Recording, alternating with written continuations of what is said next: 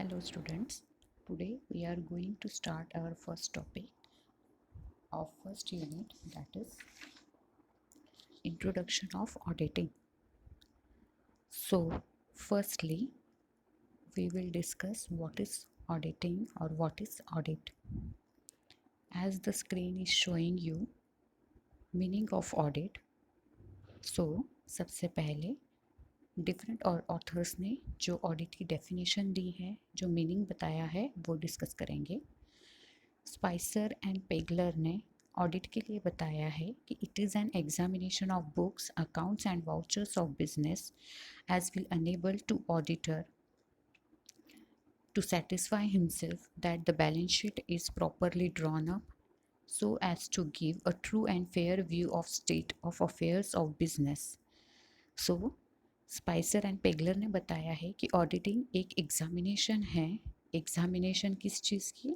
तो बुक्स की, अकाउंट्स की और वाउचर्स की, जो बिजनेस एंटिटी या ऑर्गेनाइजेशन मेंटेन करती हैं, सो दैट ऑडिटर खुद को सेटिस्फाई कर सकेगा कि बिजनेस एंटिटी ने जो बैलेंस शीट बनाई है वो प्रॉपरली बनाई है या नहीं है, या उसने जो उसमें ट्रांजेक्शन्स रिकॉर्ड किए हैं वो ट्रू और फेयर है या नहीं है, and whether the profit and loss account gives a true and fair view of profit or loss for the financial period according to the based of his information and explanation given to him and is shown by the books, and if not, in what respect he is not satisfied.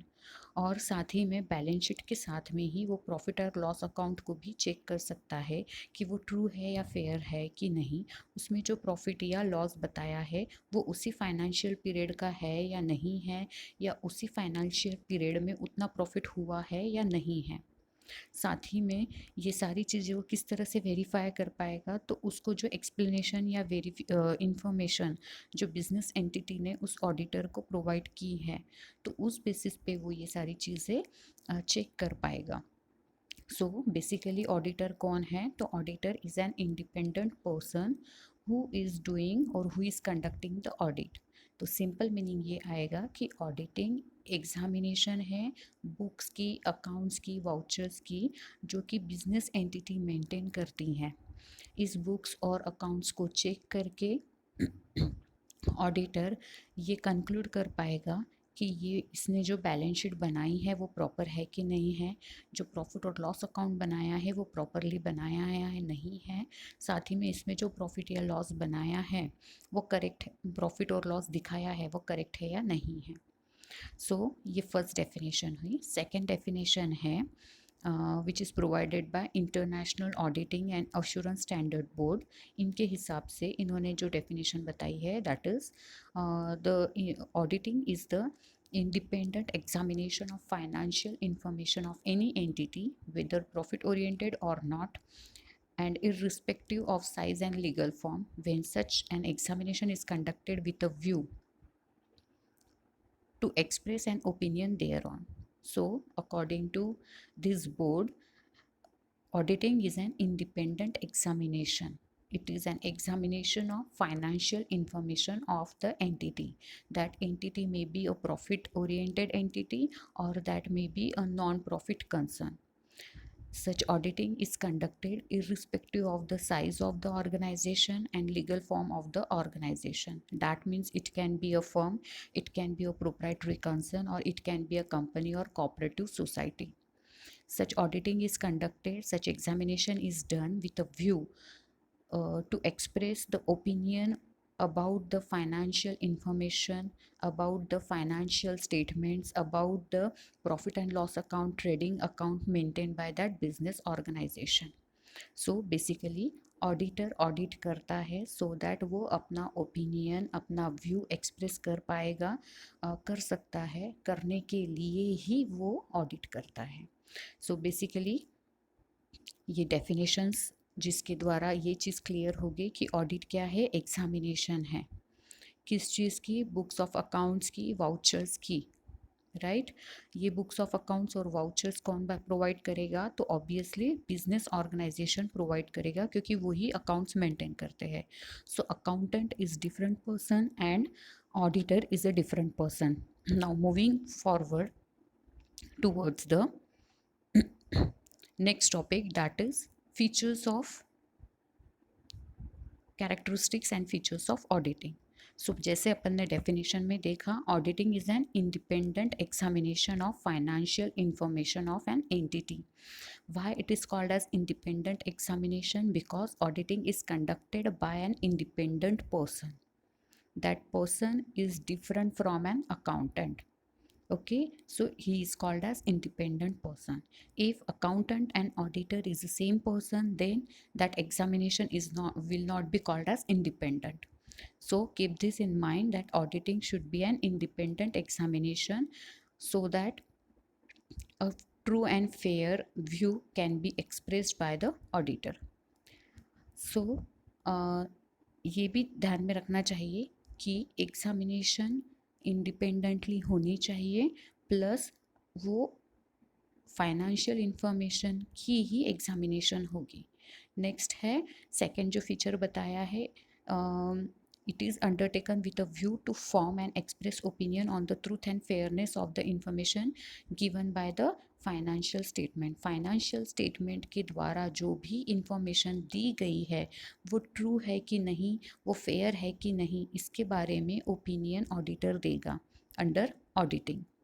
Third one, it is concerned with the verification of accounting records and with determining the adequacy and reliability of accounting statements. Auditing में accounts के records की verification होती है, checking होती है, और उस basis पे ये अपन कंक्लूड कर पाएंगे कि वो एडिक्वेट और रिलायबल है या नहीं है. दैट मीन्स जो अकाउंटिंग स्टेटमेंट्स बनाए गए हैं वो प्रॉपरली बनाए गए हैं या नहीं गए बनाए हैं, और वो सही है या नहीं है, ये अपन इजीली वेरीफाई कर पाएंगे. Fourth is, it involves scientific and systematic examination of books, accounts, vouchers and other accounting records pertaining to the period under audit. Audit के पीरियड के अंतर्गत जो भी अकाउंट्स, बुक्स और वाउचर्स मेंटेन किए गए हैं उसका सिस्टमेटिक एंड साइंटिफिक एग्जामिनेशन यानी ही ऑडिटिंग होता है. अब ऑडिट का पीरियड लगभग 1 साल होता है. 1 साल का जो अपन रिकॉर्ड करते हैं बुक्स ऑफ अकाउंट्स का, उनका ऑडिटिंग किया जाता है. So audit is done with the help of vouchers, documents, information and explanation received from the authorities managing the business activities. और ऑडिट किन चीज़ों का होता है या किन के हेल्प से होता है, तो रिसिप्ट्स हो गए, बिल्स हो गए, डॉक्यूमेंट्स हो गए, वाउचर्स हो गए, और बाकी भी जो एक्सप्लेनेशंस और इंफॉर्मेशंस बिजनेस एंटिटी या उसके मैनेजमेंट द्वारा दी जाती हैं, उसी को एग्जामाइन करता है auditor. It involves carefully testing the reliability, competency, adequacy of the evidence available in support of transactions. तो ट्रांजेक्शन को सपोर्ट करने के लिए जो एविडेंसेस, जो डॉक्यूमेंट्स, जो रिकॉर्ड्स दिए जाते हैं, वो रिकॉर्ड्स कॉम्पिटेंट है या नहीं, एडिक्वेट है या नहीं, सही है या नहीं, इसकी केयरफुल टेस्टिंग होती है ऑडिट के अंतर्गत. It is done by a professional accountant possessing required qualification. Yes, audit is done by a professional accountant possessing the required qualification. अब यहाँ पे क्वेरी ये आएगी कि मैडम अगर ये अकाउंटेंट है तो फिर ये ऑडिटिंग कैसे कर सकता है. तो let me tell you, chartered accountant, ये जो एजुकेशनल क्वालिफिकेशन है ये ऑडिटर के लिए रिक्वायर्ड रहती हैं. सो बहुत से लोग सिर्फ अकाउंटेंट लिखते हैं. अकाउंटेंट का बेसिक वर्क होता है अकाउंटिंग करना, एंड चार्टर्ड अकाउंटेंट का वर्क होता है ऑडिटिंग करना. सो ऑब्वियसली इफ़ अगर वो ऑडिटर कहलाएगा तो दैट मीन्स उसके पास में रिक्वायर्ड क्वालिफिकेशन होना चाहिए. Then it is done by the qualified person who is not in any way connected with the preparation of accounts. Yes, यही पॉइंट मैं बार बार समझाने की कोशिश कर रही हूँ कि जो बंदा बिजनेस एंटिटी के अकाउंट्स मेंटेन कर रहा है या अकाउंट से कोई भी तरह से उसका रिलेशन है, लेना देना है, बिजनेस में उसका इन्वॉल्वमेंट है, या फिर बिजनेस के अकाउंट्स को मेंटेन करने में अगर उसका इन्वॉल्वमेंट है, तो वो बंदा उसी कंपनी का ऑडिट नहीं कर सकता. क्योंकि फिर वो इंडिपेंडेंट पर्सन नहीं कहलाएगा. So in order to do audit, the auditor must be an independent person. He should not be in any way connected with the preparation of accounts of that business concern. So यहाँ पे अपना meaning and characteristics of audit complete होता है. Next जो video आएगा उसमें हम scope and objective of audit देखेंगे. Hope you are liking it and it is informative. Thanks and bye.